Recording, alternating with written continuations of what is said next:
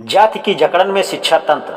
साथियों, दिल्ली के Varthaman medical college में अनुसूचित तबकों के साथ जातिगत भेदभाव की खबरों की जांच के लिए राष्ट्रीय अनुसूचित जाति आयोग की पहल पर बनी एक सदस्यीय डॉक्टर भालचंद्र मुडगेकर कमेटी ने आयोग को अपनी रिपोर्ट दी।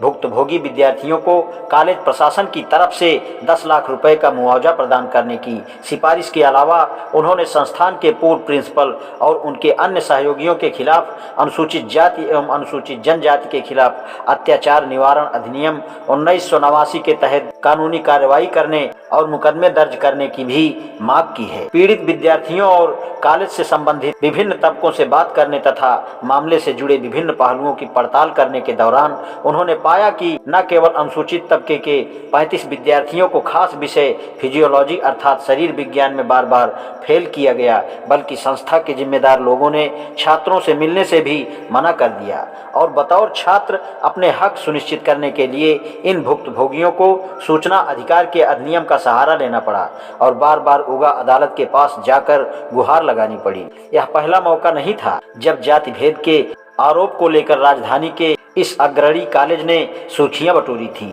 प्रोफेसर मुडगेकर कमेटी की सिफारिशों पर किस हद तक अमल हो पाता है या उत्पीड़कों के खिलाफ महज प्रतीकात्मक कार्रवाई करके मामले को रफा दफा कर दिया जाता है। राजधानी या अन्य महानगरों के प्रतिष्ठित संस्थानों के इस संदर्भ में अनुभव काफी पीड़ादायक है। उदाहरण के लिए देश के अग्रणी चिकित्सा संस्थान all India institute of medical sciences AIIMS को देखें, जहां 2010-2011 में अनुसूचित तबके के 2 छात्रों बाल मुकुंद भारती और अनिल मीणा द्वारा आत्महत्या किए जाने की खबर आई थी और संस्थान में अनुसूचित तबके के छात्रों के साथ व्यवहार का मामला सुर्खियां बना था। याद रहे कि कुछ साल पहले जब संस्थान मंडल विरोधी आंदोलन का केंद्र बना था, संस्थान में जातिगत भेदभाव की घटनाएं सुर्खियां बनी थी, जिसके चलते अनुसूचित जातियों के लिए बने राष्ट्रीय आयोग ने हस्तक्षेप कर मामले की जांच करवाई थी।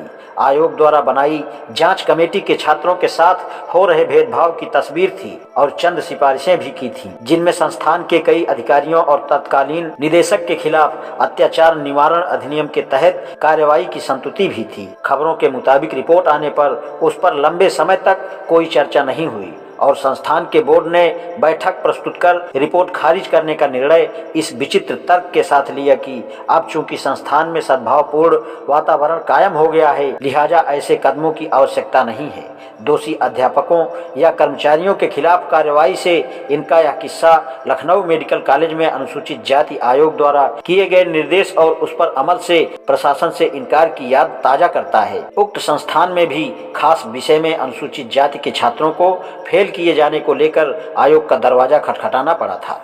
आयोग के सामने पीड़ित विद्यार्थी और संस्थान के कुलपति की संयुक्त पेशी भी हुई थी, जिसमें कुलपति ने सिद्धांततः छात्रों को अगले अकादमिक सत्र में इम्तिहान की इजाजत देने के बाद में आयोग के निर्देश को मानना तो दूर, अनुसूचित जाति के छात्रों को धमकाने का भी रुख अख्तियार किया।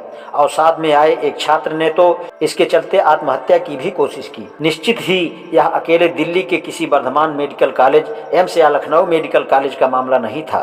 तमाम अकादमिक संस्थानों में सामाजिक तौर पर उत्पीड़ित तबके से आने वाले इन छात्रों के साथ भेदभाव के कितने ही तरीके अपनाए जाते हैं। 3 साल पहले सर्वोच्च न्यायालय को दिल्ली आईआईटी के अनुसूचित तबकों के छात्रों के मामले में हस्तक्षेप कर निर्देश देना पड़ा कि किसी खास सत्र में अकादमिक परफॉर्मेंस के आधार पर आप इन छात्रों को निष्कासित नहीं कर सकते। अविनाश बागड़ी और 5 अन्य छात्रों की याचिका पर विचार करते हुए सर्वोच्च न्यायालय के तत्कालीन न्यायाधीश प्रमुख न्यायाधीश माननीय बालकृष्ण की अगुवाई वाली पीठ ने कहा कि ऐसे छात्रों को जो प्रवेश की लंबी प्रक्रिया के जरिए संस्थान तक पहुंचे हैं, प्राकृतिक न्याय के सिद्धांतों को खारिज करते हुए बाहर नहीं किया जा सकता।